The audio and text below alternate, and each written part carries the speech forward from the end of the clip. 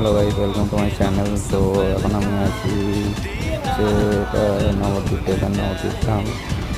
এখন আমি যাচ্ছি বাংলা থেকে যাবো একশো শিব মন্দির দেখতে। একশো শিব মন্দির যাওয়ার অনেকদিন ইচ্ছা ছিল, যে কেমন দেখতে মন্দিরটা অনেকদিন থেকে ভাবছি যাবো। ফাইনালি আজকে যাচ্ছি দেখতে, যে একশো শিব মন্দিরটা কেমন দেখতে। তোমাদের সাপোর্টের খুবই দরকার, তাড়াতাড়ি ওয়ানকে কমপ্লিট করে দাও।